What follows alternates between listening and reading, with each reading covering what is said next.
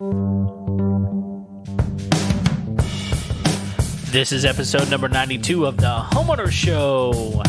Whether you're DIY or looking to hire, we're here to help you find the best information and options for you and your home. My name is Kevin Hackett, and here with me is Craig Williams. Hello, and welcome to the Homeowners Show. We're glad that you could be with us on the show. We're glad you are here. Alive and kicking. That's right. We are on episode 92. That means we are just 8 episodes away from the big 3-digit thing. And there's the music that I forgot to cut out at the... You guys, everyone out there now has heard the full intro music for the Homeowner Show now because I forgot to take that little tidbit off at the end. The little bumpity bump. Yeah. Should I leave it in? I think you should leave it in. I'm going to leave it in. At least for today. It's the deep tracks from the Homeowner Show.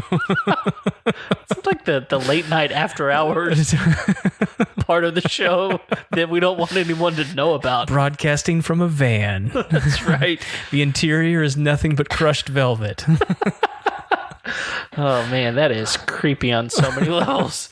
Moving on. Yeah. How you doing, man? I'm doing well. So I things seem to be rolling out into a somewhat normalcy. I sure hope so. I mean, it seems like things are becoming a little more normal. Yeah. But I've got this weird feeling that normal is kind of out the window. It's just gone.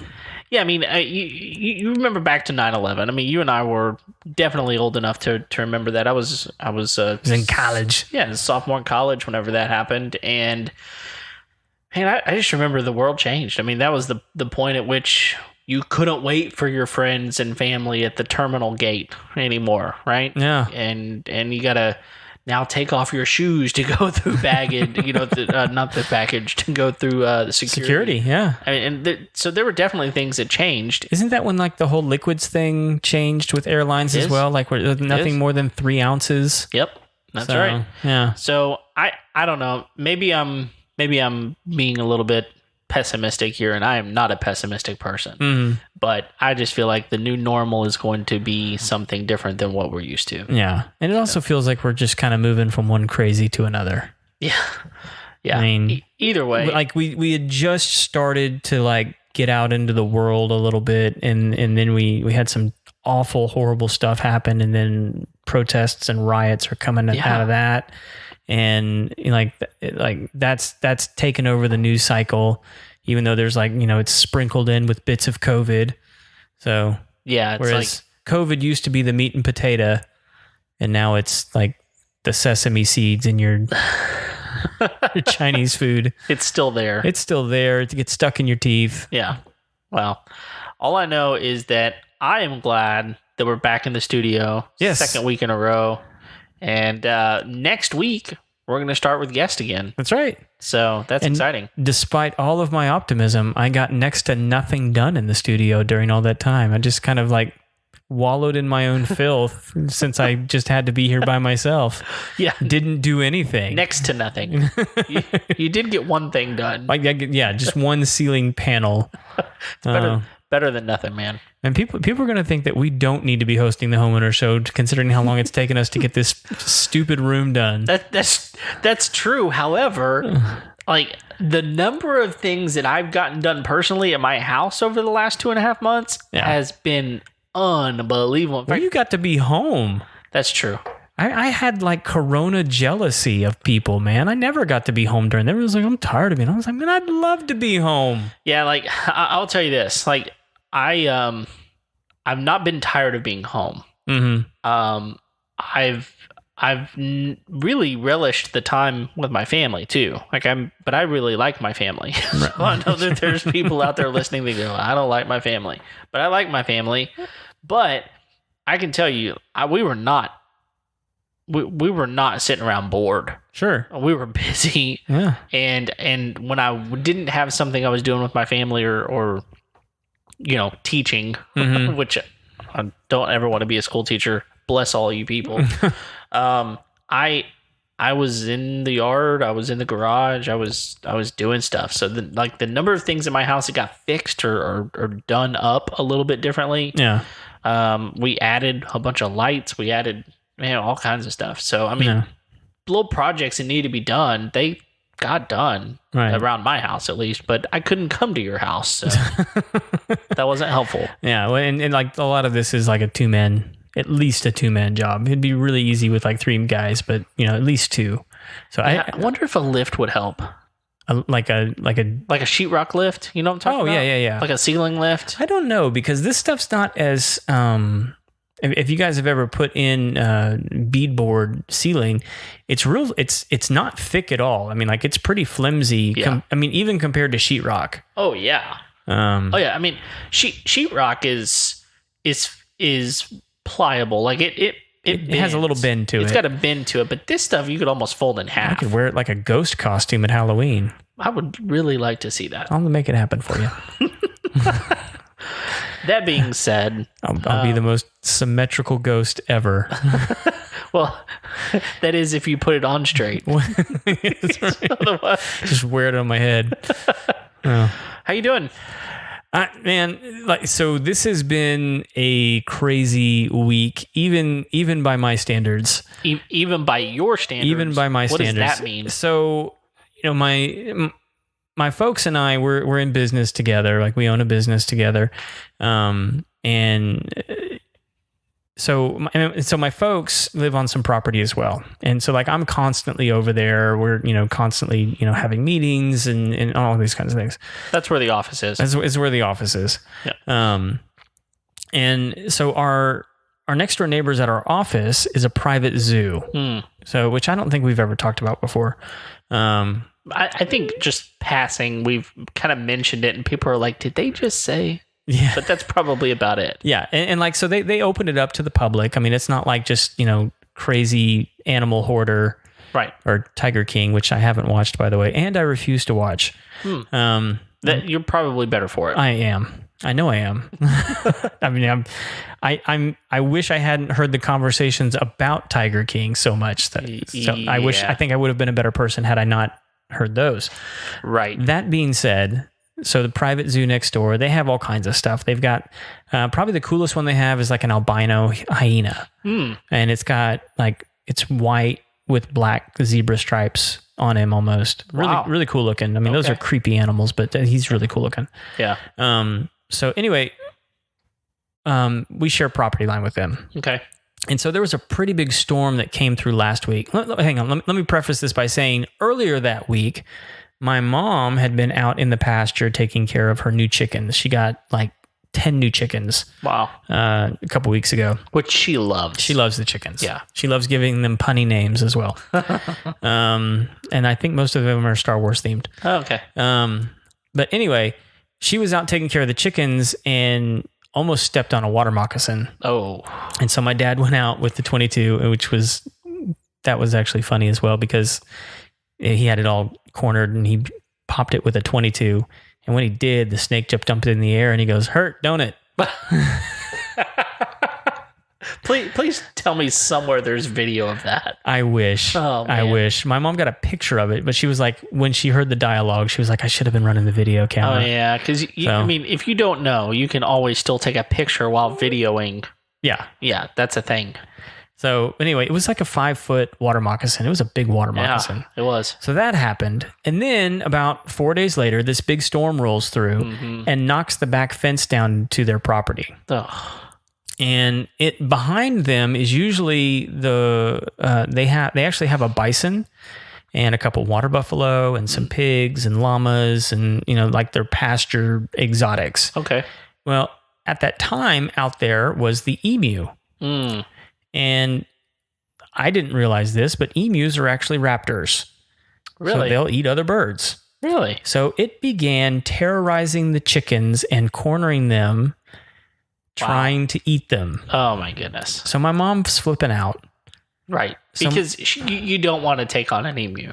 No. No one does. No. So my dad goes inside and grabs the shotgun. Oh, gosh. Comes back out. and it's chasing chickens down the fence line. So he goes, all right, I'm going to scare him off. So he takes aim over the top of the emu's head.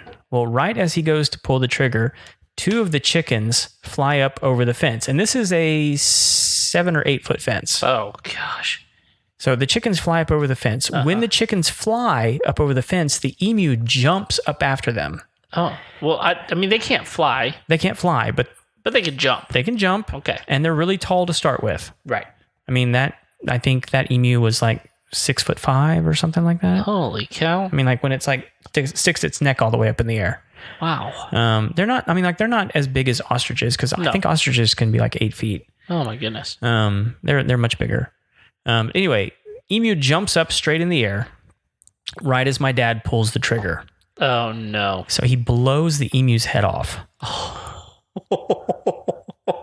This is not good for neighborly business. No. So they have to call them, and they're not even in town because they go all over the country. Like sometimes they bring animals to like Jack Hanna when he has like interviews and stuff like that. Wow. And so like at this moment, they're actually in Atlanta. And so like they have to call them on the phone. They're like, hey, sorry, but the emu is dead. Oh, no. They're like, is he dead or is he injured? No, he's really dead. This is dead. Dead. There's dead. Yeah. And so they kind of explained to them the situation, and they're like, we're so sorry. We totally understand. Oh, so they took a little bit of like, hey, this wasn't your fault. Yeah, absolutely. But I mean, really, if you think about it, it was the emu that came across the fence. It was. I mean, even though the fence was down. Well, and the water buffalo had come across the fence too. And so like there was just pandemonium in the pasture in general. Now, is this in and amongst their horses as well? No, there's no horses over there right now. Okay. So, I mean, like the horses probably would have cared less. Okay. But anyway, so my mom calls me and she's like, you're just not going to believe what just happened. Oh, that is a crazy story. So I ended up having to the next day go and drag this emu carcass over to where they were burying it. Cause that was the only caveat was like, we totally understand, you know, we're not upset. We're not mad. We understand what was going on. You didn't mean to kill it. Right. But these things happen. Sure. We just need you to deal with the body. So I mean, they don't have like someone on retainer like call in and be like, hey, we got a dead emu over here. I'm sure they do, but like at this point, it's like it's on your property. Yeah. I mean, and I think that's completely reasonable. Yeah. It's like you killed my emu. Bury it. Right. Yeah. Or eat it. Well, I've never eaten emu. But Had I been there, I might have cleaned him. I don't know. Yeah, I mean, you can eat ostrich. Well, right? Apparently emu is really good. Okay. Like it's you ever heard of the they call it the ribeye in the sky? It's a sand crane. Oh, yeah. But like it's like a red meat. Really? And so is emu. I had no idea. So yeah, it's not like, it doesn't look like chicken at all. Like it's almost like looking like, from what I understand, the pictures I've seen of emu meat, it looks like elk. Wow, that's really interesting. Well, I will say that like everything to my son is chicken. like tonight, he was like, "Mom, I don't really want to eat this chicken." I was like, "Well, that's fine because it's a pork chop." So everything's chicken to him. That's right. When my kids were little, everything was sausage. Yeah, it's whatever. I don't like this sausage. All right. That's really fantastic because it's not sausage. That's a steak. That's a steak. It's actually a ribeye. Yeah. Okay. It's beans. That's a vegetable there, son. I don't really know what's wrong with you. A legume. Well, that's a way more interesting week than I had. It was a terrible week for the emu. No joke. Although I will tell you that life is going to feel a lot more normal starting tomorrow for me. Oh yeah? Because I'm going back to work finally. Oh yeah? You get to go to the office? Yeah, I mean I've been working, don't get me wrong. There's been quite a bit of stuff that we've been doing at home. But now I'm going back to the office, so I'm actually really looking forward to it. Do you guys have to wear face masks? No, we do not. Hand sanitizer? I'm sure that's going to be available. Is it mandatory? No, it's not. And one of the things that's kind of interesting is like that office has been vacant for 2.5 months at this point. Yeah. So, I mean, It's probably a little stale. Yeah. I mean, my office, I mean, anybody could walk into it and be completely safe because nobody's been in there. Mm-hmm. So, I mean, there's not any reason to have been in there. I'm sure there's a layer of dust everywhere, but as far as people being in there or anything like that, it's going to be pretty safe. Well, that's good. No, are you gonna give it a good Cloroxing? No, because there's nothing to Clorox. I mean, you can Clorox stuff, but just for the sake of using Clorox wipes, that's dumb. So I'll probably give it a good, Dusting? Yeah, I mean, it's going to get some pledge on it, most likely. Just take the air compressor in there and just blow everything off. Now, there's an idea. Skirt it out in the hallway. Let it be somebody else's problem. That's not a bad idea. If there's corona in here, it's coming your way. Look out below. Although that was kind of the interesting thing that came out, what was it, last week? That it doesn't live on surfaces as long as they thought it did. Oh, yeah. I mean, there's a lot of things. So if you haven't been there in 2.5 months, if it was in there. Yeah. No, I mean, overnight it would be gone. Mm. So, I mean, nobody's been in there. So now I do think we're going to be kind of limiting other people coming into the office, but which is kind of interesting, but I can't come loiter in the hallway. Well, no, we only have a couple of people to do that anyways. Anyway, well, we've got a really interesting episode, I hope. One thing that we've not really done is talk about, I mean, we talk about your business from time to time, but tonight we're going to talk about something that's just pesky and nobody likes them.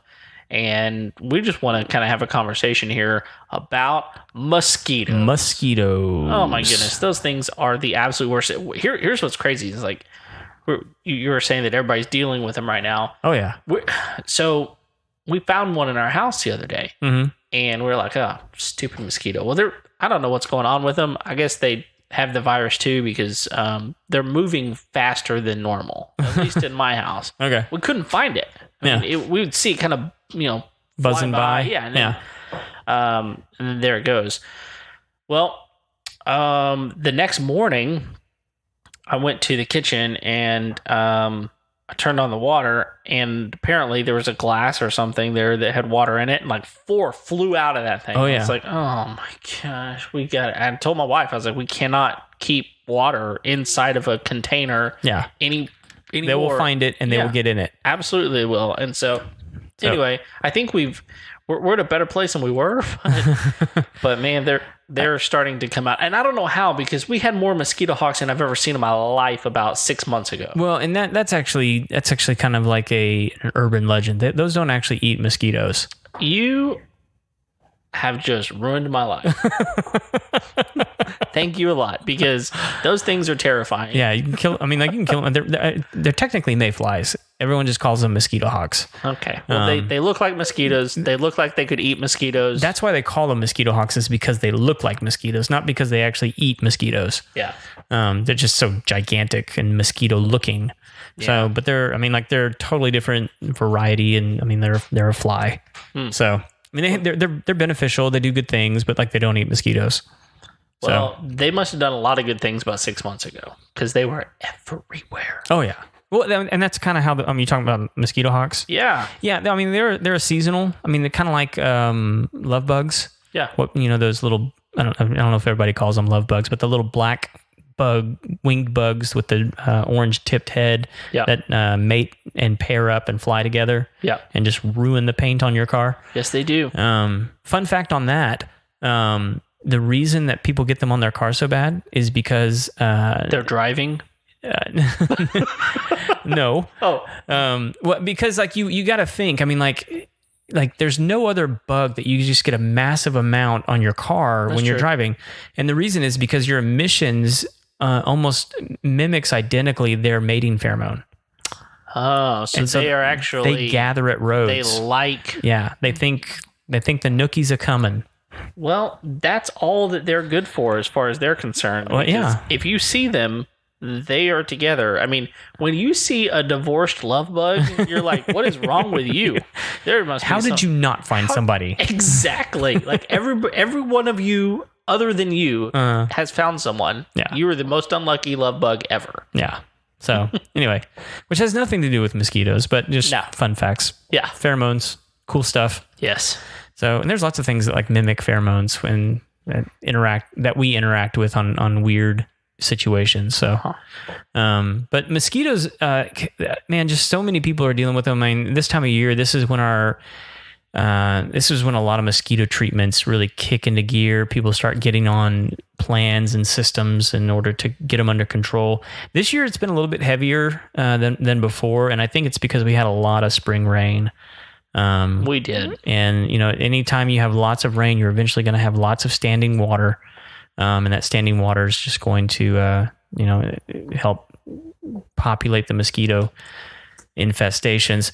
I was going to say, when you were talking about mosquito, four flying out of your sink when you turn the water on in the morning, I got to tell you, one of the most terrifying things you can ever experience is if you've left the toilet seat overnight and you go in to relieve yourself. Oh, gosh. And as you're standing there, vulnerable, the most vulnerable you're ever going to be, and mosquitoes come flying out of the toilet, oh, man. And you can't move. Okay, so I have a legitimate question.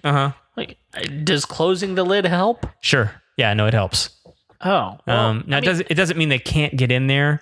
It's just less likely that that's going to happen, because if you leave the lid open, they can just fly right in. Right. So I mean, we're typically a close the lid family. Mm-hmm. But as all should be. Yeah, I mean, it's just common decency and courtesy, right?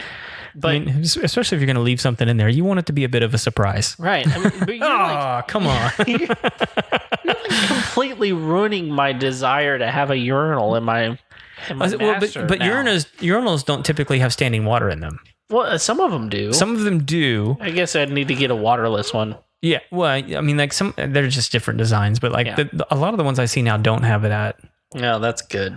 Those things are disgusting anyway. And that's probably why, because like, you probably have like really gross gas stations that have the standing water version, and it's not a place you want having blood let from you. Ugh. And then they go bite someone else. This is a disgusting episode. Yeah, I'm just saying. And things have touched. Yes, that's gross. So, yeah.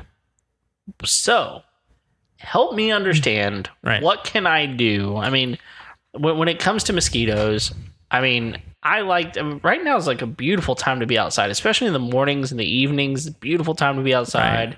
Right. And I'm just curious, what can I do to help alleviate my mosquito problem? Well, it kind of depends on the route you want to go. A lot of people now are wanting to go kind of the natural route, and there are some things that you can do. There's a lot of things you can do to help alleviate the mosquito population naturally, but it really kind of depends on the situation you're living in. A lot of people I run into when they call us and they have us come out and they're looking at mosquitoes, they're like, we're just having a real bad problem. And then when I look over the back fence, it's like, well, you live right by a drainage ditch. Or a lake or a pond or something. And like, if it's a lake or a pond, I can actually be of more help than if it's a drainage ditch, because a drainage ditch is going to have water constantly moving through it. Why is that different? Because with standing water, there's things that we can actually do to the standing water in order to reduce the mosquito larvae population. Oh, so if I, like in my backyard, across the green is a pond. It's a pretty large pond. Right. But you would have to treat the water over there. Right. And so I've got to call the golf course. You got to call the homeowner association. You got to have permission, and then who's going to pay for it and all those kinds of things. Well, I can guarantee you who's not paying for it. And that's me and the homeowners association. Yeah. So I think we got problems. So, but there's actually like if you do have a pond and lakes tend to not have as big of an issue because lakes tend to have a better fish population. But if you have a healthy fish population, they will help with that, or frogs, or all those different kinds of things. If not, what you can do is there's a product called Mosquito Dunks, and it's an actual. They look like donuts that you throw in the water, just like crusty donuts. You throw them in the water, they dissolve. They're sort of like, do you ever have sea monkeys when you were a kid? Yeah. So like, you know how those don't come alive until you get them wet? Right. Same sort of circumstance. These are actually microorganisms that eat mosquito larvae. Oh, and that's like all they do. And so you introduce these microorganisms into the water. And like, I'll even put them in our stock tanks. They might give a little like, zip to the water, but it's safe to drink. Okay. It doesn't do anything, make it toxic. It's a completely natural thing to do to the water. And it just reduces it doesn't completely eliminate them, but it definitely helps keep them under control. Right. So you're going to have a population reduction that way. The other thing you need to pay attention to is how much brush you have in your yard. Because any low-lying brush, that's where they're going to be hanging out. They're going to be looking for shady spots that are nice and where they can get in from out of the wind and from out of the elements. And also it's because, as they're going to kind of hang out underneath that 8-foot canopy. And so anything from like 8 foot down to ground level, if there's leafage in that area, there's going to be probably mosquitoes hanging out underneath those plants, because that's kind of their target market, right? They're not chasing birds. They're not chasing, squirrels up in the trees. They want, bigger mammals down close to the ground where they can get to them real quickly and kind of sneak up on them without making a whole lot of noise, because they do make quite a bit of noise when they get up on you. Yeah. And so the less time they're in the air, the more likely they're going to be able to get a blood meal. So if you've got a lush garden or lots of trees, right, those sorts of things that are, and some trees have a pretty high canopy, but sure, if you've got any foliage, right, they're gonna be around. Absolutely. And you add water to that, and it's like it's on top of that. Yeah, right? you're compounding at that point. And so it you can actually clear that out. Or if you just have like brush piles that you've just left sitting around for a long time and haven't dealt with, you haven't burned it, you haven't bagged it, you haven't done it, those can actually be a big harborage areas. Any low level leafage and foliage and organic matter on the ground other than grass, they don't really like to hang out on grass. There's certain kinds of mosquitoes that will, but most of the ones that we have around here won't. But anytime you've got that kind of thing going on, you've got other bugs and other things. Oh, absolutely. That are a bigger problem probably than mosquitoes are, I would expect. Yeah, sometimes, absolutely. I mean, like it definitely, adds to the situation. Sure. It's not, you're not doing yourself any favors pest wise. Right. And so you can either clear those out or you can have those areas treated. And we can get into a couple of the different ways that you can do that.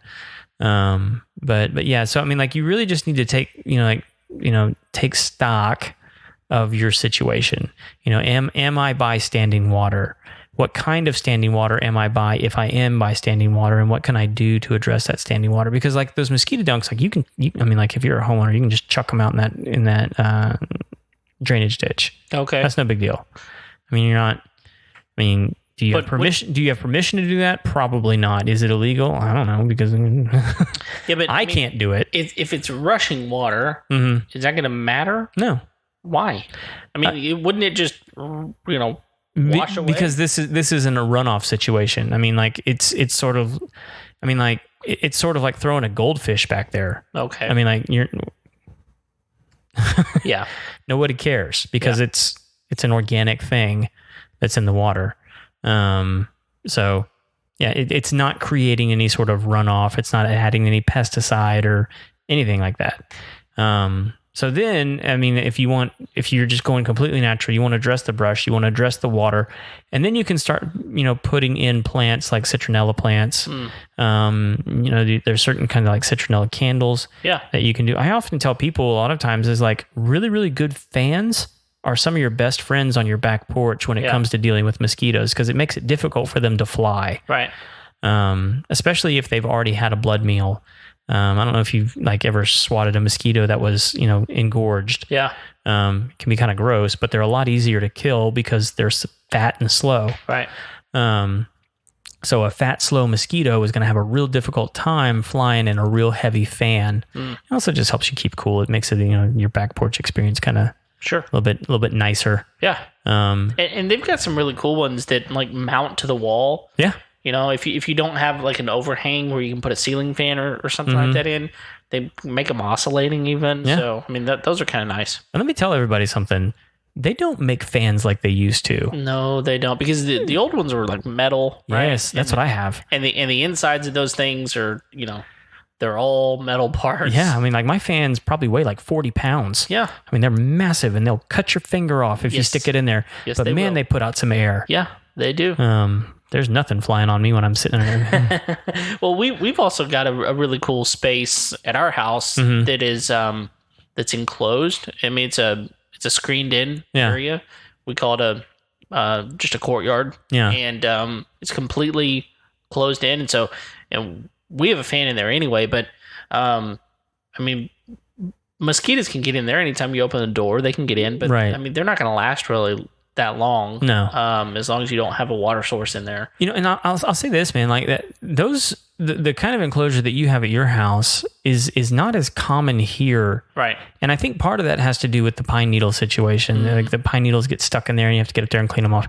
But like I remember in growing up in Florida, I mean, like if you had a swimming pool, you had one of those over the entire swimming pool. Oh, almost everybody did. Really? And it really helped, if you're your outdoor experience by the pool. I mean, like there weren't mosquitoes, and I don't think it's because there weren't mosquitoes. It's because everybody had these, screened in back porches that covered the whole pool, which, I mean, if you think about it, that's a massive structure added onto your house. Right. To cover the swimming pool. Sure. So probably makes it really nice though. Yeah. I've seen a few here, but just not as many as I would expect. Yeah. Interesting. And like you said, I mean, like, you can mount fans to the ceilings of those and still let sunlight through, and absolutely makes it kind of cool. It really does. And we eat out there a lot, a whole lot, and we'll spend time out there. In fact, when we were the teachers over the last couple of months, we did a lot of school out there. Yeah, just because it's a way to get the kids outside, and it was, we don't have to really worry about bugs and that sort of thing. But I know that a lot of people don't have that kind of a space for sure. Yeah. So, okay. So whenever you talk about like citronella plants, I heard you say something about that. I mean, I know what a citronella candle is. Right. You burn those and it keeps they don't like that smell, I assume, is what the problem is. Is that it? Yeah. It's sort of a natural repellent, and you'll actually find citronella oil in like a lot of bug sprays and things like that, because it doesn't have an unpleasant odor. Sure. I mean, it's not like, it doesn't smell like roses or anything like that, but it's not like it's a skunk. And that's kind of what those wristbands. You've seen the wristbands, like the Bug Be Gone or whatever they're called. I don't know. They've got citronella in them, don't they? Is that what I don't know for sure. I would imagine so. Okay. Because it's not like a flea collar. You don't want to put anything heavy in there on people, and for sure. So, how much of that stuff, like any of those types of things, like whether it's bug spray or whatever, how much of that do you actually have to have on to, like, do you have to douse your whole body like most people do, or do you just have to have enough to kind of get, how far does their smeller go, I guess is the question. Well, and so that's kind of like an interesting question, because a lot of the new studies have actually, because like bug spray doesn't work for me. Like it just never has. Okay. They like me anyway. And so what a lot of the research has been showing, a lot of people used to think it was your blood type. They're like, oh, what blood type are you? Oh, that mosquitoes must like that. And like they've shown that to not be the case. Well, it's interesting because they don't like me. Right. They love my wife. They do not like me. Right. And so what they've found out is that it has nothing to do with blood type, but it just has to do with smell. Okay. How you smell. And so while they may not prefer the smell of citronella, but if they smell something that they really like, they'll go through what they don't like in order to get to what they do like. So like it's like bug spray is just like a deep woods kind of stuff that helps. Like when you're going through like deep forest and stuff like that. So it's helpful. But like I tend to get eaten up. And so like a lot of people are always like, I can't believe you're outside in like long sleeves and jeans and boots all the time. And I'm like, well, I'm way more comfortable this way than I am getting eaten alive. Sure. that's just how I dress most of the time anyway. Yeah, even in the summer, Greg is out there with his long sleeve jeans and boots every day. Well. Okay. But yeah, so I mean, all that to say, like, you just kind of got to find what works for you. And so, like, I don't put that stuff on me because, one, I've realized it doesn't work. And so if it doesn't work, why would I want to expose myself to anything that could potentially be harmful down the line? Yeah, and plus, I mean, you're spending money on something that is just useless. Right. Yeah, and then so all that to say, like, if they like you, they like you. And if it makes you feel better to put bug spray on, put bug spray on. I mean, if it makes you feel better to put natural bug spray on, put natural bug spray on. But more than likely, if they like you, and they're going to bite you.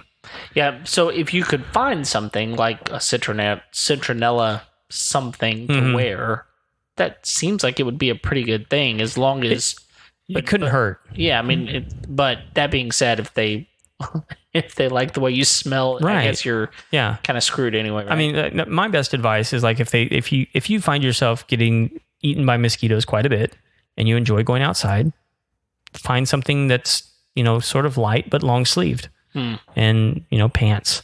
Yeah. And I just recommend that anyway if you're going to be in the outdoors, because I mean, like, that helps prevent with like chiggers and ticks and all kinds of other stuff. Or just stop showering. Or maybe. Well, no, I mean, like, that may actually make it worse, honestly. Oh, gosh. Because I mean, like, when you shower, you're actually your soap is actually helping dissolve a lot of your secretions. Right. And so if you weren't to shower for several days, you might actually smell more attractive because you're smelling more like you than you normally would. Oh man. So I've been playing this all wrong. All wrong. I mean, I do have to take a shower every day. That's right. I take a shower once a month, whether I need it or not. Fine, Mom. I'll wash behind my ears. So, okay. Now, there are some other solutions. Sure. Like, I mean... Well, and and all that to say, none of them are going to be as effective as pesticides at the end of the day. Which is kind of where I was headed. Because you have a lot more effective things that can be done. Yeah. That are more costly, but they're more effective. Sure. And that's not to be like pro pesticide. It's just the way it is. I mean, like, it's more effective at the end of the day. It just is. Right. Especially the way we do it in one circumstance. And so all let me put this under this umbrella. No matter if you're going to go down the pesticide route, just make sure that you're finding somebody who's, one, who knows what they're doing, and two, is going to be responsible about what they're doing. Okay, what do you mean by that? A lot of people I run into, they are DIY people. Mm-hmm. And I don't mind DIY. I mean, it does not hurt my feelings when people want to do their own pest control. Sure. Power to you. If you're going to do it, make sure, I mean, like, you're dealing with, harsh chemicals, and you need to follow the directions on them. They're not there as suggestions. They're there in order to prevent other bad things from happening, like runoff and overexposure and all, just a plethora of things that could, be harmful to you. Right. That being said, I run into a lot of people who will go to, a big box store and pick up a, bottle of whatever, read the instructions where it says, mix this 1 ounce to the gallon. Right. Right. Yep. And so in their mind, it goes, well, if 1 ounce is good, 3 ounces must be amazing. and I kid you not, I run across this all the time. And this is why we have problems with pesticides is and like, I even run into professionals, I'm finger quoting if you're not watching the video, professionals who will do the exact same thing. Wow. And it's just irresponsible and reckless and, all kinds of bad things that you should never do. So you don't need to do that. It's effective when you do it right and when you apply it right. And that's the other thing is like, well, if 1 ounce is good, then 3 ounces must be amazing. And then it says, well, only apply it here. It's like, well, I'll just do 3 ounces and I'll apply it everywhere. And it's like, come on, guys. I mean, like, this is what makes people who are trying to do the right thing. It makes our job more difficult. Yeah, it's like people that take 3 days of a 10-day antibiotic, and then they're like, oh, that's going to be fine. Yeah, right? yeah. Which, I mean, that's a legitimate thing. I mean, I get it. You feel better. You don't want to take antibiotic if you don't need it. But the reality of it is that there's a reason that was prescribed for 10 days. Right. And so here's the other part of that is, and this is a good example because I had a really cautious customer the other day who was wanting to get rid of mosquitoes, and she's kind of walking me through. She's like, well, I've planted a lot of these healthy pollinator plants over here, and I've got fruit trees in the back, and this and this and this and this, and so like I'm literally taking like 45 minutes to an hour to walk through her property with her so that she can show me, because you don't want to apply pesticides to things that you're planning on consuming. Right. And so like when we go through a yard, a lot of times people will just say, hey, go fog for mosquitoes. And so we go do that. But before we do that, we go kind of make a mental checklist. Okay, there's an orange tree. Okay, there's a fig tree. Okay, this guy's growing rosemary over here. And then there's some thyme over there. And so we've trained our people to recognize herbs and plants and different things like that, because we don't want to be exposing people to pesticides when they're picking their orange or their fig or whatever. Right. And so this lady, I actually, she was obviously very conscious about what was used on her property, and so I'm walking her through how I do things. And as when we finally get done and I'm actually doing the application, she had a kind of a green belt behind her house, and I'm treating the green belt. And as I get through the green belt, I see a different kind of plant than I usually see in this area. So I kind of turn my equipment off and I walk over there, and what I found was like a wild grove of okra growing behind her fence. Interesting. And so I went to where the okra started, and I turned back around away from it and then treated away from it. Okay. And then I went back and told her, I was like, hey, I was treating the back of your property, but while I was there, I found this wild patch of okra, and I wanted to let you know that I found it and I didn't treat it. So, I mean, like, if it starts to bloom, I just want to let you know it's safe if you wanted to go back there and pick some okra. Interesting. And she was ecstatic, one, to find like it was a lot of it growing. And hopefully she'll get a good crop from it, because okra is yummy. Oh, it's super yummy. Yeah. I've got a story about that. Oh, yeah? I'll tell it real briefly. I dated a girl from... Just one? Is that what you're telling your kids? Come to think of it. I date a girl who's from Michigan. Okay. And she would not eat okra. Wow. Now, if you're from Michigan, you're going, yeah, I don't eat that stuff. Mm-hmm. And they're apparently they just, she specifically told me that's horse food. That's horse food. That's what she told me. Okay. It's horse food. And we continued having more conversation about vegetables, and we came across black-eyed peas, and she said, well, that's cow food. She wouldn't eat either one of them. Now, I'm not knocking her for that, because that was her thing. But I'm like, you were missing out on two very good, delicious vegetables. And those two things can go in the same pot. Yes, they can, and make some very delicious things. So I appreciate the fact that you're conscious about those things. Yeah. So when you're talking about pesticides, you mentioned fogging. Mm-hmm. So what are my options here? Because I think there's a couple at least, right? Yeah, your two basic ones are fogging and then having a misting system installed. Okay. That's your two basic. There are different kinds of fogging. There's like heat fogging, and there's liquid fogging, and then the misting system is essentially it's like a particleization of water with pesticides in it. Okay. And there's different options within all of those as to what you can do.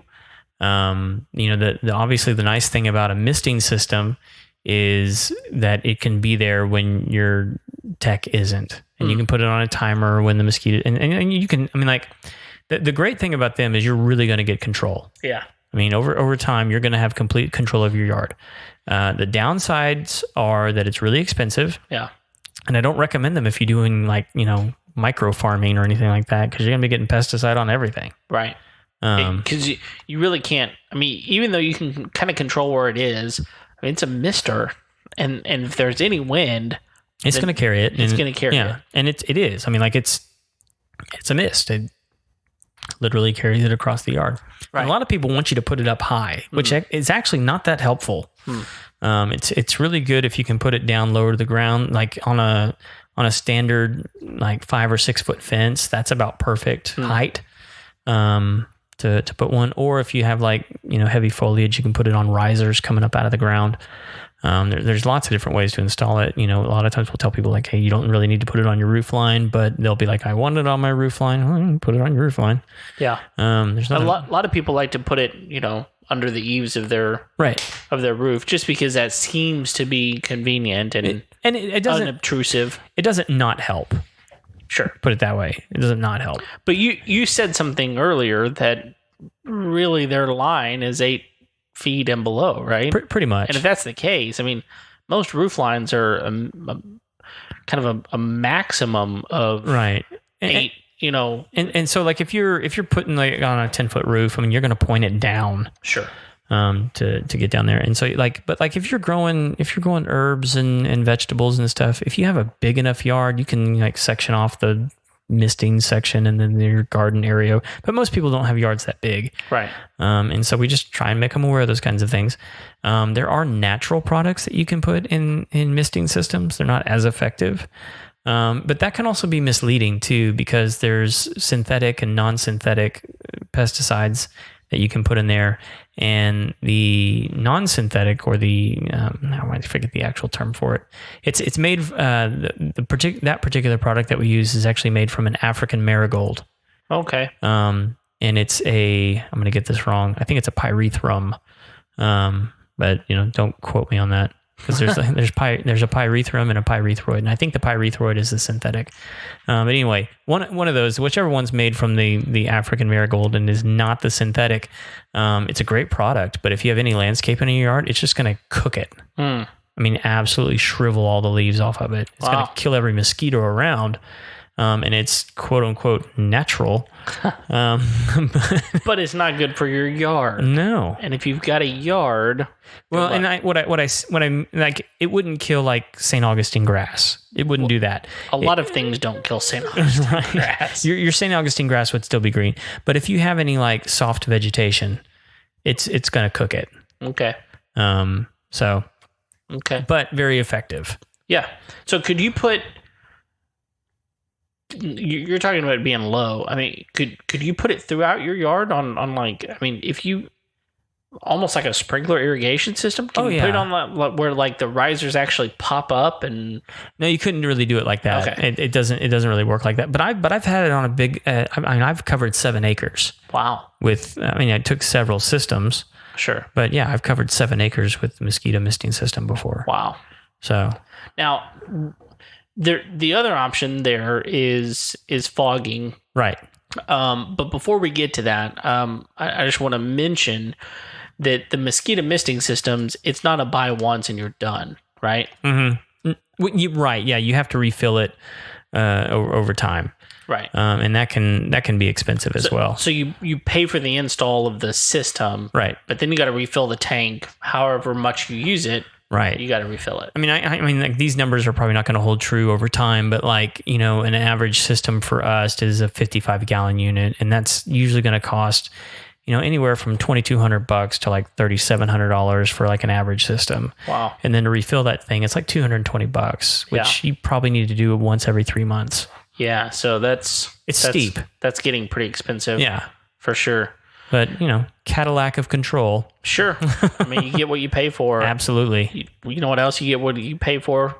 I am waiting with bated breath. Paul the plumber. Paul the plumber. Man, that guy is going to take care of you every single time. If you got a plumbing issue, and it may be probably bigger than mosquitoes absolutely in the toilet. Let me tell you, some plumbing issues can cause bad mosquito problems. I'm sure that is true. But Paul the plumber is going to be your guy to call. Yeah, for sure. If you got standing water, you probably need to call Paul. Absolutely.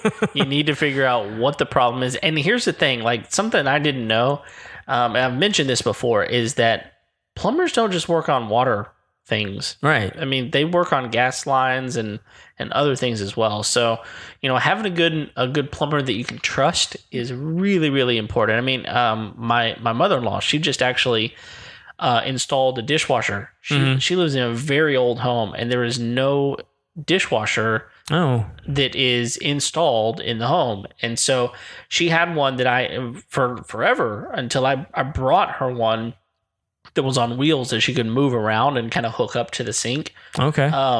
She just washed everything by hand. Right. And so just this last week, she put a dishwasher in. Nice. I installed it under the cabinet. She took out some cabinetry, and she had to be excited. She was elated and got a great deal on a used dishwasher, but she had to have someone, hook it up. I mean, she installed it, but then had to have someone actually put the piping in for it and everything. And first thing I asked her was, "Do you know a good plumber?" Right. Because you can call Joe Schmo and he can come over and do it, but he's probably not going to do the job that Paul's going to do for her. So, if you're interested in having the best experience whenever it comes to plumbing, you need to give Paul a call. There you go. And the way you can get him is at 832-521-3252, or you can call him, book him online. Book him online in a couple of different ways. Yep. Right? Yeah. You can send him an email at paultheplumberllc.com. You can get on their Facebook page as well. And you can book him right on Facebook. You can book them on Facebook. You can book them on their website. On their website, which is paultheplumberllc.com.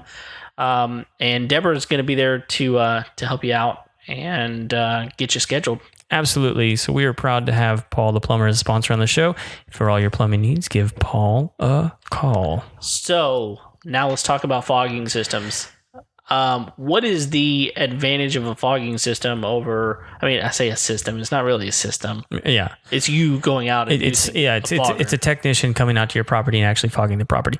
What I like about having the property fogged, and they're actually just companies that this is all they do now. They're solely focused on mosquito fogging as a service and a business. Is you're going to have somebody that's paying attention to your property. If you have a misting system installed, the downside is like if you kind of have your plants where the plants are and you've got your herbs over here, you really can't be like moving it around because then you have to have the system adjusted or reconfigured or redesigned, which we do. I mean, people change their backyards all the time, and they're like, but that's costly. Well, that's actually way cheaper than having it installed. Okay. It's not cheap, but it's a lot less expensive than the installation. Sure. And even sometimes than just the refill. So because squirrels will chew on it and you have to repair it, and those repairs are relatively affordable. Sure. But with having an actual technician on the property, you're going to have specific targeted treatments for what's going on in your property, and they're going to be paying attention to the things that are happening. And the other thing that I like about it is with a misting system, the product that you put in there, while it's suspended in water, once it's exposed to UV light, the product begins to deteriorate relatively quickly. It doesn't have a lot of residual. Whereas the product that you put out when you fog, you're going to put out something that has a much longer residual than that, because you're really only doing it. Some companies do it every month. We tend to at the shortest amount of time recommend every 6 weeks or once every other month. So how does that work? Because fog dissipates, right? Well, it does, but what you need is a surfactant, and you need something that has a little bit more durability out in the elements. You just used a word that I had never heard. Which one? The surfactant. Surfactant. What is that? That means it's something that allows it to adhere to surfaces. And so like what we use is actually dish soap. Soap is a great surfactant. And so it's a great surfactant for foliage. Okay. And so you mix that pesticide with soap. And then we also use an additive called, it doesn't matter what the chemical is called, but it's an IGR specifically for mosquitoes. Okay. And IGR stands for insect growth regulator. So it's mosquito birth control. Oh. Yeah. Perfect. So yeah, if you get it on, basically it prevents adults from laying eggs. It prevents the immature from maturing. because there's like a whole life cycle involved with the mosquito, and they have to go from that pupa in the water and emerge as a winged mosquito. And so there's the egg, the larva, the pupa, and then the adult with the mosquito. So if you can interrupt that life cycle, you can really reduce the population in that area. Okay. Especially over a 6-week period. Sure. So I was trying to figure out. We had a bunch of mosquitoes where I lived in Arkansas. Mm-hmm. Same as here. Lots of water, lots of foliage. Right. And we were having some people over, and I thought, man, I got to figure out a way to get rid of some mosquitoes. And I thought, okay, I'll just buy a bunch of citronella candles. And right. At the end of the day, I went to I think it was Home Depot, mm-hmm. and started looking, and they had a fogger that I could purchase, and it uses a butane tank, mm-hmm. Similar to like a propane tank, only it's a butane tank. You hook that thing up, and you fire it up, and you put chemical. I think Black Flag was the brand. You put chemical in a little. There's like a little container on it, a little basin, basically. And man, that thing works really, really well as far as fogging. Now, I haven't used it enough. I still own it, but I haven't used it enough to kind of figure out, okay, what are the long-term effects of this thing? Right. But, I mean, it seems like for a good 3 to 5 hours, we had good... and that's about the duration of the use you're going to get out of that. Okay, which is it's fine. Yeah, it's really not bad. I mean, if you know you're having a party, I mean, your party's probably not going to last more than around that time, I would think. Mm-hmm. Have a few people over, want them to be outside. Listen, get one of those things, and it's pretty inexpensive. Now, it might be more cost effective to call someone like you and say, hey, let's do this, and that way you can have multiple parties, and you're not having to continue. Because I mean, really, you use quite a bit of that stuff whenever you have to buy the chemical to put in there. Yeah, I mean, the only thing with that you need to be careful of is you really only need to be using the products that they recommend for that. Yeah, that's true. And because those are the only ones that are going to work. Yeah. Otherwise, you could be causing all kinds of weird problems. We actually use those for our bees. Oh. One of the things that I think a lot of people deal with is the varroa mite. And one of the ways they found to combat it is to heat fog mineral oil into your hives. Interesting. And those Black Flag units in particular are really good at getting that as a fog into your hive without hurting your bees. Okay, so I guess there's multiple types of things that you can put in there. Well, I think that's just like a hack someone's come up with for those units. That's not what they were intended for. They just happen to work for it, unintentionally. Yeah. Well, I've been impressed with the product. I've used it from time to time. Yeah, and I think if you have a smaller backyard too, I mean that might be a better solution for it. Or if you have a backyard that doesn't have a whole lot of foliage, but you're going to be having people over and you kind of want to clear the area, it wouldn't be bad to use. One of the other things I didn't mention before to watch out for, and I think this is true with those kind of foggers, is you want to watch out for like your cooking surfaces, because outdoor kitchens are huge now. Yeah, we run into them all the time, and we have to really be careful about getting product on those areas, and and making sure that grills are closed and unexposed when we're treating areas and things like that. And so like a heated fog like that is going to be able to penetrate those kinds of things a little bit easier. And adhere to if people put different hard surfaces as cooking surfaces outside, which if you have an outdoor kitchen and you have pest control services come to your house at all, I highly recommend wiping down all of your outdoor surfaces with, Clorox wipes, bleach, hot water, soap, anything, just anything just to kind of, remove the residual of any, blowover or drift. Right. So those, like what I've got, does that kill mosquitoes or does it repel mosquitoes? I don't know with the Black Flag. I'd have to look at the products that they're using. I would imagine it does both. Okay. But really any type of oil-based, back that up, most pesticides are petroleum-based anyway. And with those heat foggers, typically they're going to be using something a little bit denser and not mixed with water. Okay. They're going to be mixed with oil. And I tell people this all the time. I mean, because people will be like, well, can I just use garlic oil or can I use peppermint oil? I heard that, or orange oil. I heard that really repels mosquitoes. None of that works. And the reason it works at any level is because they've probably seen somebody spray an oil on a bug and watched it die. and because that does work. Yeah. But I mean, like, you could do that with olive oil. Right. And it's going to kill the bug. Sure. And it's not because, it doesn't like the smell of olive oil and it just curled up and died because the smell was so putrid. It's because that's how they breathe. It's sort of like, if I tied you down and held your nose and your mouth closed, I could probably kill you pretty efficiently. Sure. That's essentially what you're doing to a bug when you put oil on it. Okay. I mean, like, because they breathe through their entire body. Yeah. And so if you close those orifices, they can't breathe. They literally just suffocate and die. And so, like, you could do just as much good with Dawn in a bucket of water. Yeah. And really, it'll smell better. Sure. So, I mean, when and this is not something that we do because we rescue the bees and save the bees, but one of the most efficient ways to kill a hive of bees would be a bucket of water in a sprayer with dishwashing soap. Oh, interesting. I mean, but don't do that. Don't do that. Call Craig. He will remove them for you. Yep. We will move them, relocate them, and give them a happy home. That's right. Much better use of your time and those bees, which we need in this world. Well, what have we not touched on that you want to talk about as far as mosquitoes go? Oh, one of my favorite things, and this is just for fun. Back in I want to say it was in the 40s, Walt Disney got in the business of making propaganda films in order to prop up Disney Studios. Yeah, that was a good way for him to...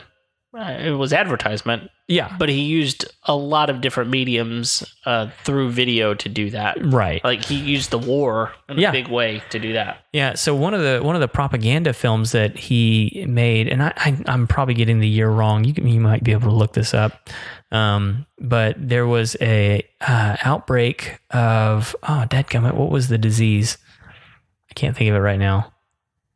Anyway, polio. No, it wasn't polio. It was a disease you could contract from mosquitoes. Okay. But it wasn't West Nile or anything like that. It was something else. Lyme disease, something like that? No, Lyme disease you get from ticks. That's true. That might be the reason that it wasn't that. Specifically the Lone Star tick. I don't know if you can get the Lyme's disease from any tick other than that. But I'd have to double check. That's the only one I know of that you can get Lyme's disease from. Yeah. Anyway, all that to say, there was a malaria. It was malaria. Okay. That's what it was. Well, I found the episode. Found the episode? Yeah, it's in 1943. All right. So it's called The Winged Scourge. The Winged Scourge, yes. There you go. So we'll link this one up because it's a fantastic video. I've shared it with many, many, many people. And they go through all the ways that you can control mosquitoes on your property and for yourself. Really? I recommend none of them. They're all terrible. That's funny. Other than getting rid of standing water, they're all terrible. I mean, like, they literally recommend pouring motor oil into water. Oh, is that not... It works. Oh, okay. Don't get me wrong. The mosquitoes will die. Yeah. But it will have other consequences that none of us want. No. And so, like, it's just a really funny video to watch and go, like, what were they thinking? Right. Which I'm sure people will be looking at instructional videos that we make now, in 50 years going, what were they thinking? Right. Yeah, at some point they're going to look back and go, that Elon Musk guy was the only one worth his salt. That's right. No doubt. And even he didn't know. He shot a rocket into the air without even thinking. Yeah. So, but anyway, it's a fun little trip down memory lane for America. There you go. From our beloved animator Walt Disney. Don't we love him? Yeah. So it's a great piece of propaganda. It really, really is. I mean, like, I mean that in every sense of the word. I'm not like not all propaganda is bad. Sure. But it was definitely a propaganda film, and all the information in that one is pretty much bad. Yeah. Well, man, I've learned a lot, actually. All right. I didn't know what that one word was, and that was important for me. Yeah. So, well, man, surfactant. Surfactant. We're glad y'all downloaded today's episode. We hope you found it interesting as well. And Surfactory. Is that? Hopefully it's stuck. I don't know. Oh, okay. I could be totally misusing that, which would be par for the course for Craig. So no, it's all good. Supposedly. We are going to wind this down because it's going downhill anyway. We're glad you downloaded the episode. Thank you for supporting us. If you need anything from us, if you have any questions, comments, please send them over to us. You can find us at info@homeownershow.com. You can find us on Facebook, Instagram, Twitter, maybe, and other places. Yep. Share us with your friends. Leave us a like and a review on iTunes. We would absolutely love that as well. And I think that's it. Craig, anything else? Yeah, I mean, like if you're not an Apple user, you can always find us on Stitcher or what are the other ones? Well, Google has their own. Are the Google's releasing like their own podcast platform, aren't they? That's right. It's called Google Podcast. So it's going to be very similar to Apple Podcast, only it's going to be Google. But, we actually, a lot of people that are Android users, I tell them to find us on Stitcher. Stitcher's great. I mean, it's a great platform. Which, by the way, did you hear the craziness with Joe Rogan a couple weeks ago? Yes, I did. Dude, that is a game changer. I think it changes everything. If you haven't heard, Stitcher now has exclusive rights to Joe Rogan, and not just his new stuff, like all of his library. He's pulling it of content. He's pulling from every other platform and only putting it on Stitcher. It's crazy. Yeah, and I don't have any idea what type of or I don't know what that's worth. I don't know. I mean, it's a pretty big deal. The word on the street is the deal was $100 million. That's a few. And a lot of people think that it's only for 2 years. Man, like a 2-year deal at $100 million. That's insane. Here's the crazy thing though, man, is I watched a video on this, and I was watching the market when this stuff was going down. So essentially, Stitcher made a $100 million investment. Right. When that was announced, the next day, the amount their stock went up, the valuation of their stock, that $100 million investment made them $5 billion. That is absolutely insane. So would you do that every day? Every day. Every right? day. I mean, like, brilliant move. I wish I was smart. Me too. I wish I was smart. Well, I'll tell you what would be smart is supporting our show. So absolutely. Please do that. Go order a t-shirt. Yeah. You can get them on Amazon. Yeah. Go to Amazon. We can link that up in the show notes too, right? Yes, we can. We should be doing that. We should be doing that. What's wrong with us? We're not smart. And that's life. But anyway, thank you. We are out for today. Until next time, we'll see you later. See you.